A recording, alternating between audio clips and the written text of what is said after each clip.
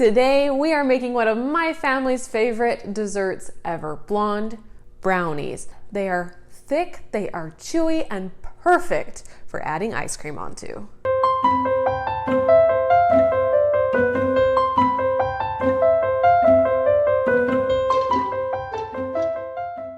What is up, you guys? It's Carly here, and you are officially cooking with Carly.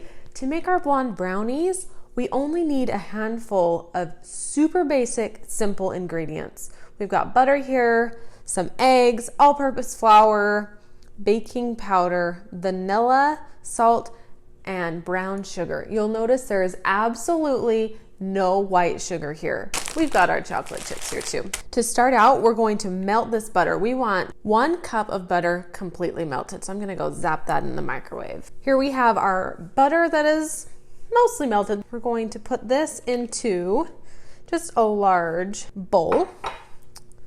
And our brown sugar goes in next. And we will just mix this with a mixer. You can do this in your stand mixer if you'd like. The key to a nice chewy blonde brownie is to make sure that the brown sugar and butter are mixed together extremely well, and then the rest of the ingredients are mixed just enough, just so they're mixed in. You don't want to overmix the batter, or else they'll turn out really quite cakey and not chewy. Now we're gonna put these eggs into our bowl. Cut out this part where I pull out a shell. Got it. Let's beat these eggs into this mixture until they are just combined. Don't overmix the eggs. Now we're going to toss the rest of these ingredients into the bowl. So we've got vanilla, salt, baking powder, and all-purpose flour. Again, just mixing all of this together until it is just barely combined. Do not overmix this batter. Pop these out and take a silicone spoon just to get all of that batter off of the beaters. Now, my favorite part, adding mix-ins to the batter. We're just folding it into the batter. I like to put in chocolate chips. My family likes milk chocolate chips, so that's what I usually go for. Mini M&Ms work great, or full-size M&Ms if you got them. Walnuts, I was gonna say pecans, but I don't know how people say it, so I don't know what else. There's probably a lot of options you can mix into this.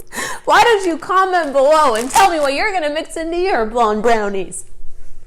Speaking of commenting, if you haven't already, make sure to hit the like button and the red subscribe button and the notification bell. I am publishing a freakishly a lot of videos. I'm adding about a half a cup of chocolate chips. I'm just eyeballing it. Chocolate chips are one of those things that I personally feel you can never have enough of. Just fold the chocolate chips into the batter here. Let's bake these up in a 9x13 pan, which I have just over here. I'm going to line my 9x13 pan with parchment paper, just so it's easy to pull the blonde brownies out and cut them. And you can also line it with tinfoil and spray the tinfoil. Per the request of my producer, I'm flipping this pan. I'm actually going to spray this pan with a little nonstick spray. Before I put in my parchment paper, it will actually help the parchment paper to stick to the pan. So a little spray there. And then the parchment paper will stick a little bit better. Let's put in this batter and spread it to cover the bottom of the pan. Wow.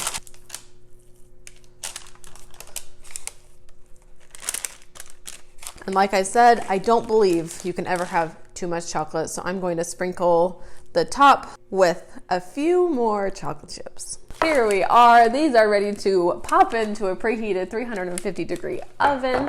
They're going to bake for 20 to 25 minutes. And please do not over bake these, or they will be dry and crumbly and not soft and chewy like we want them. I wish you could be in my kitchen right now smelling these.